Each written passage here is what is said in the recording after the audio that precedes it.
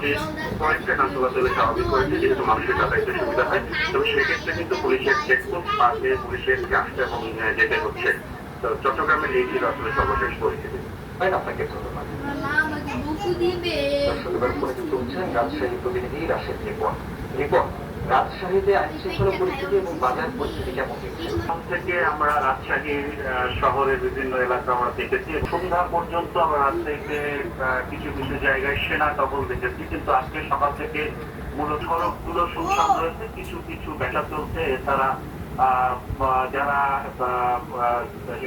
সাধারণ মানুষ যাতায়াত করছেন এবং সেখানে ব্যাটারি চালিত রিক্সাগুলো চলাচল করছে, আমরা কিছু সবজির যে ভ্যান যেগুলো সেগুলো সেখানে চলাচল করতে দেখছি। রাতের বাজারগুলো ঘুরে দিকে আমরা দেখতে পাচ্ছি যে জিনিসপত্রের দাম অনেক ক্ষেত্রে দ্বিগুণ বেড়ে গিয়েছে। বিশেষ করে 400 টাকা কেজি দরে বিক্রি হচ্ছে বেগুন, করলা এবং সবজি হচ্ছে, যেটি 3-4 দিন আগেও 60 থেকে 70 টাকা কেজি দরে বিক্রি হতো। সবচেয়ে বেশি দাম বিক্রি যেটা দেখাচ্ছে সেটা হচ্ছে আলু এবং ডিম। আলুর ক্ষেত্রে দরে বিক্রি হচ্ছে এবং ডিম প্রতিটি 13 থেকে 15 টাকা পিস প্রতি দরে বিক্রি হচ্ছে।